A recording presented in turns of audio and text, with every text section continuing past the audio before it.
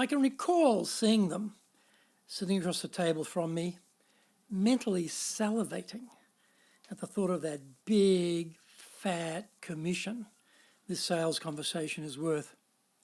I can sense they have already bought their new Beamer before the ink is dry in our agreement. Actually, there is no agreement because I don't buy from these types of amateur salespeople, and that is the same reaction from most people.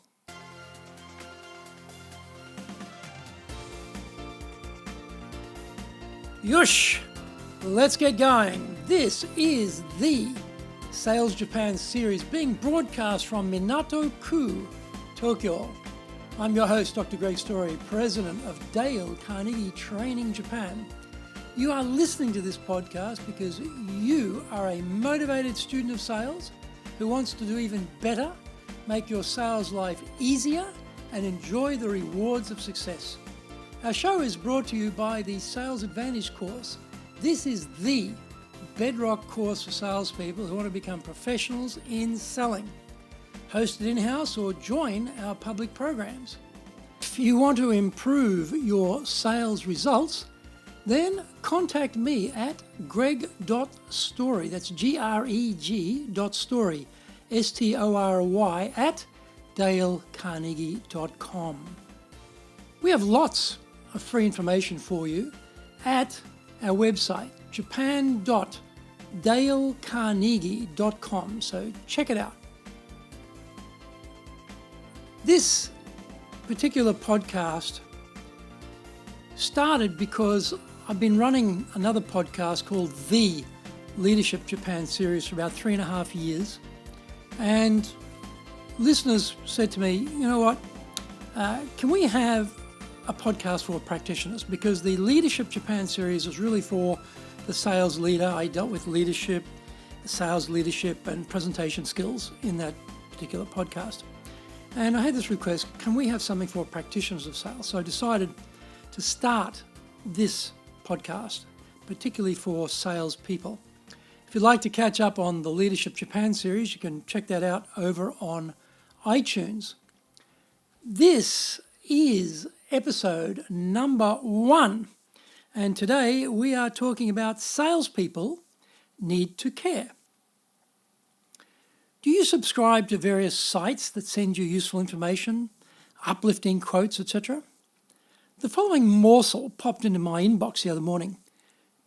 People don't care how much you know until they know how much you care. Anonymous. Wow.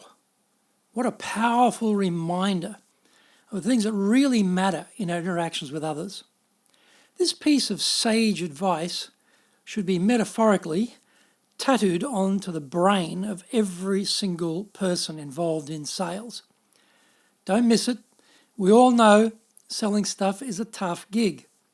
Rejection is the normal response to our spiffy sales presentation and follow-up offer. You have to be mentally tough to survive in a sales job.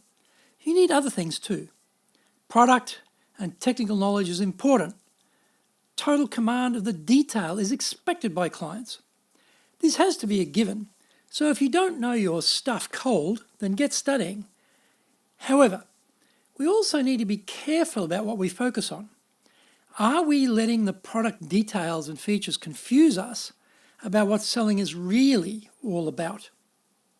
I'm a buyer too, and am constantly amazed by what some people get up to.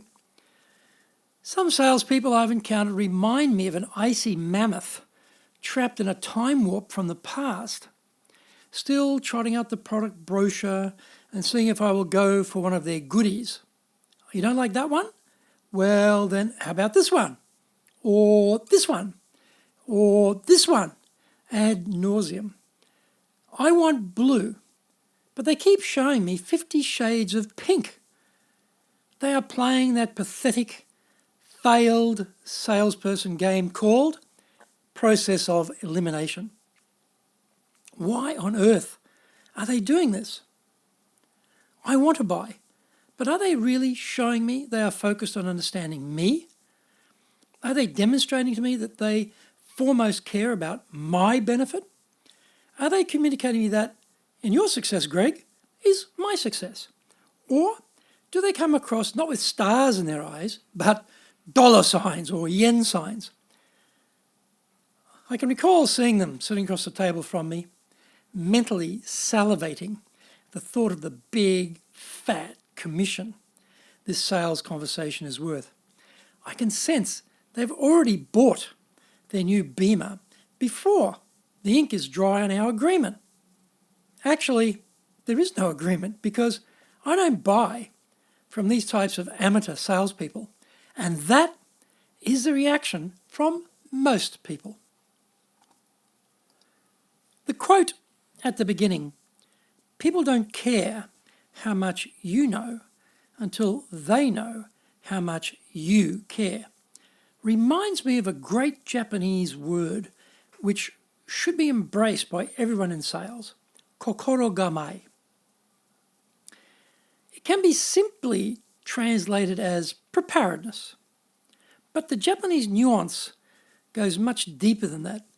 Anyone studying a martial art or a traditional Japanese art will immediately be on my wavelength when they hear this kokoro gamai term. I would prefer to translate it as getting your heart in order.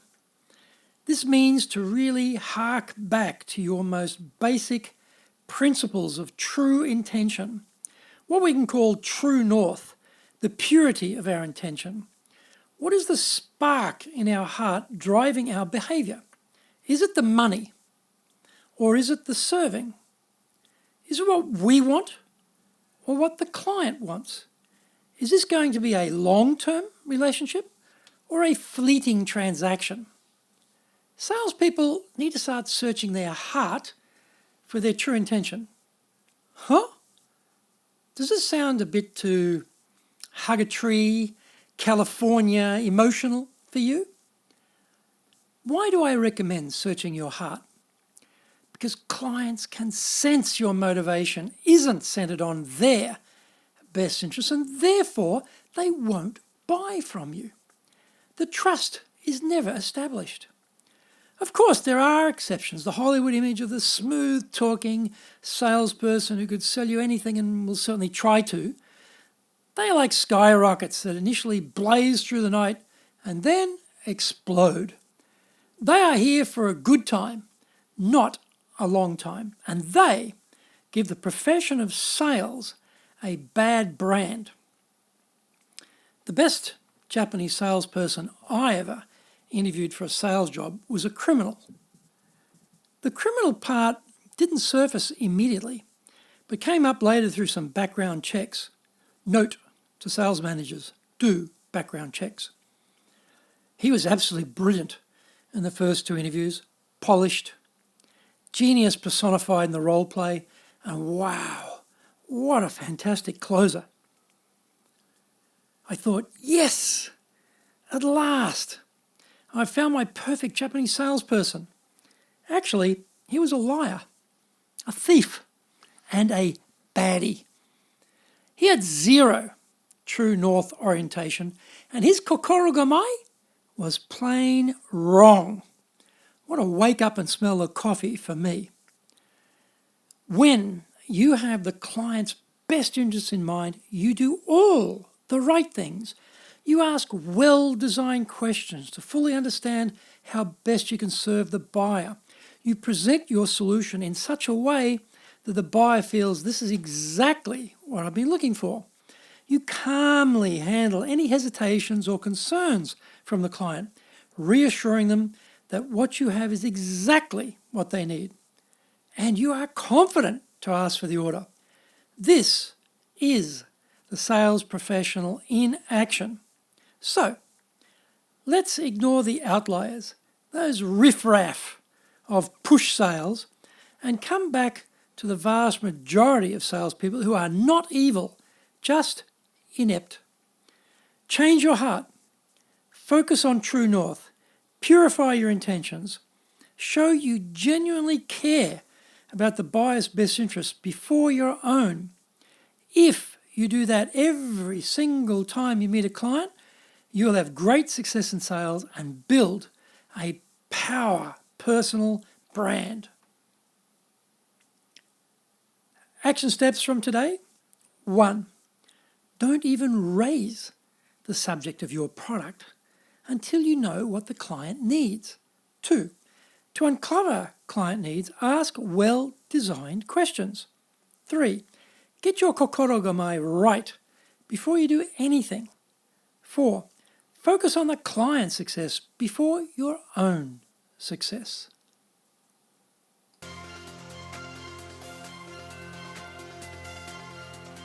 Thank you for joining the Sales Japan series, and we hope you enjoyed today's show, brought to you by the Sales Advantage course.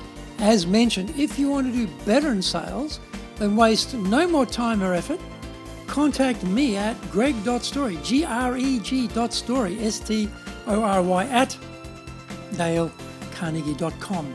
For further help, head over to our website at japan.dalecarnegie.com. Let's be true professionals in sales and be the best we can be.